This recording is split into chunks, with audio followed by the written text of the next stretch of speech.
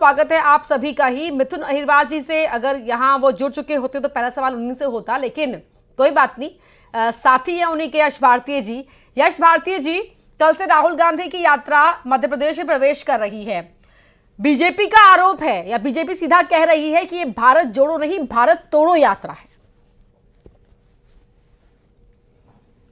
देखिए, यात्राओं की बात करें तो भारतीय जनता पार्टी क्या कहती है, हम यात्राओं की तुलना करते हैं। एक सोमनाथ से यात्रा लेकर के लाल कृष्ण आडवाणी जी चले थे और उस यात्राओं में उन्होंने साफ कहा था कि कोर्ट तय करेगा और कोर्ट को ही कटघरे में खड़ा किया। अंत में क्या हुआ, सबने कोर्ट की बात मानी। किसी तरीके कोई उपद्रव या किसी तरीके का कोई मनमुटाव किसी भी धर्म में किसी समाज में नहीं है। और भारतीय जनता पार्टी ने यात्राओं के माध्यम से, चुनावी वादों के माध्यम से लगातार समाज को दूषित करने का काम किया, भेदभाव बढ़ाने का काम किया। तो एक यात्रा वो हमने देखी है, एक यात्रा हम ये देख रहे हैं राहुल गांधी जी की। इससे पहले वाली जो यात्रा थी, जिसके लिए कहा जाता था कि वो यात्रा जो है वो कांग्रेस पार्टी की नहीं है, उसमें बहुत सारे सामाजिक संगठन, समाज के लोग सब मिलकर के आए। हाँ, ये बात जरूर थी, कांग्रेस उसमें निर्णायक भूमिका में है, लीडिंग रोल में है, तो कांग्रेस पार्टी के लोग मान रहे थे। अब ये न्याय यात्रा जो है ये पूर्ण तरीके से कांग्रेस पार्टी की यात्रा है, न्याय के लिए है। जो अन्याय चल रहा है, चाहे वो आरक्षण का हो या अन्य चीजों का हो, मणिपुर से उन्होंने शुरू किया तो मणिपुर की जो बातें सामने आई है। आज ही एक फैसला आया है जबलपुर हाई कोर्ट का। अगर हम उसको देखें, भारतीय जनता पार्टी की सरकार मध्य प्रदेश में लगातार रही है और ओबीसी आरक्षण का हमेशा रोकने का काम किया है, केवल दिखावे के लिए देने की बात करते रहे। आज कोर्ट ने स्पष्ट कर दिया, जो अधिवक्ता ठाकुर साहब वहां पे लड़े हैं ओबीसी संगठन की तरफ से, लगातार मांग करते रहे, तो कोर्ट ने कहा कि हमने कभी भी 13% को होल्ड करने की बात नहीं कही।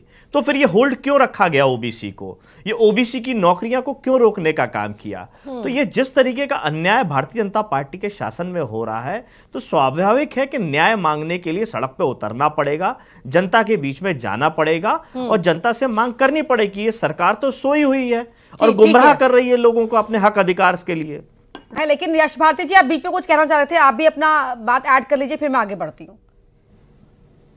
देखिए, मेरी वही बात मेरा कांग्रेस पार्टी के लिए कहना नहीं चाहिए था, लेकिन आपने सवाल मुझसे कहा था इंडिया गठबंधन के नाते, वही बात मिथुन भाई ने भी दोहराई है कि पहली यात्रा जो थी वो कांग्रेस पार्टी की नहीं थी यात्रा। लेकिन भारतीय जनता पार्टी के लोग राजनीति इतनी ज्यादा करते हैं कि हर चीज को राजनीति के चश्मे से देखते हैं, और जब बात आती है तो ये कहते हैं कि राजनीति नहीं देखनी चाहिए। अब बात वही है, मैंने अगर ओबीसी आरक्षण की बात कही है तो ये ओबीसी आरक्षण पे जवाब दे दें, बेहतर रहेगा। कांग्रेस पार्टी, राहुल गांधी कोई भी यात्रा कर रहे हैं, आप सरकार में है, सरकार से डिलीवर क्या कर रहे हैं। मैं हर मंच पे इनसे सवाल करता हूं, लेकिन ये लोग भाग जाते हैं। आज तो निर्णय आया है जबलपुर कोर्ट का निर्णय के बारे में। दूसरी बात, एक अपर्णा जी, राहुल गांधी है कौन?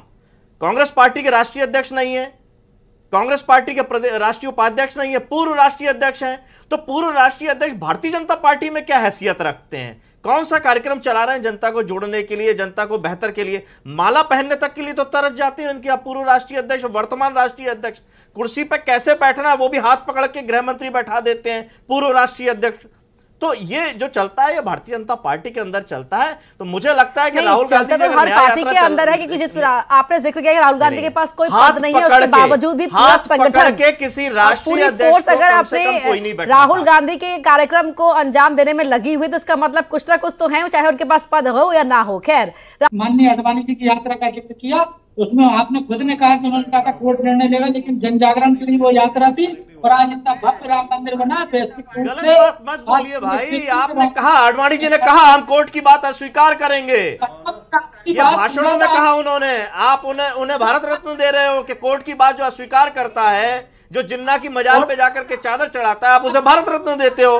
नानाजी देशमुख जो सिख दंगों को सही ठहराते हैं, आप उसे भारत रत्न देते हो, है ना। साहिबानों प्रकरण में बता दिया था कोर्ट की बात। और आप ओबीसी आरक्षण की बात कीजिए ना, आज कोर्ट ने साफ कह दिया हमने नहीं रोका है, कोर्ट ने साफ कह दिया। अब थोड़ी सी शर्म आएगी भारतीय जनता पार्टी की सरकार को, या अभी भी बेशर्मों की तरह बोलते रहेंगे कि कोर्ट में है, कोर्ट में है, कोर्ट में है? कोर्ट ने साफ कह दिया, जबलपुर हाई कोर्ट ने, हमने कोई बंदिश नहीं लगाई, कोई रोक टोक नहीं रखी हुई है। कोर्ट में अपना पक्ष रख चुकी है और उस चीज पर कोर्ट में ही निर्णय होगा, ये बात मैं कह चुका हूँ। अरे कोर्ट में है ही नहीं, आपके महाधिवक्ता ने गलत तरीके से रखा। आपका कोई जोर ही नहीं चलता आपके लोगों पे। महाधिवक्ता ने कुछ भी कह दिया और ओबीसी वर्ग को लूट लिया, आपका कोई नियंत्रण ही नहीं है। आप तो कोर्ट का बहाना ले रहे हो क्योंकि आपको आरक्षण नहीं देना है, हिस्सेदारी नहीं देना है, भागीदारी नहीं देना है ओबीसी वर्ग को। अभी जो आप बात कर रहे थे और आप लगातार उस बात को झूठ बोले जा रहे हो। मध्य प्रदेश का मुख्यमंत्री ओबीसी समाज से, पहली महिला मुख्यमंत्री ओबीसी समाज से। ठीक है। राजेंद्र जी, अपर्णा जी, नहीं यश भारती जी, एक मिनट मैं कुछ कह दूं यहाँ पर।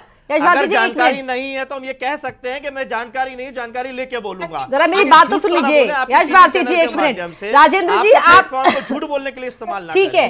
राजेंद्र जी, आपके ना ऑडियो में ग्लिच भी है, पता नहीं आप बाकी साथी सुन पा रहे नहीं सुन पा रहे, लेकिन आपका जो ऑडियो है ना बार बार ब्रेक होकर पहुंच रहा है। आज गरीबों को मकान मिल रहा है, पक्का मकान। 10 साल में कितने करोड़ों लोगों को मकान मिल गया, लाखों लोगों को। ये ठीक है रुद्र जी, एक मिनट रुद्र जी, एक फाइनल कमेंट आपसे। घर मिल जाएगा और ये आत्मनिर्भर बनाने वाले निर्भर बना रहे हैं राशन के ऊपर। 2020 में 10 सेकेंड में, बस ठीक है, फाइनल कमेंट एक।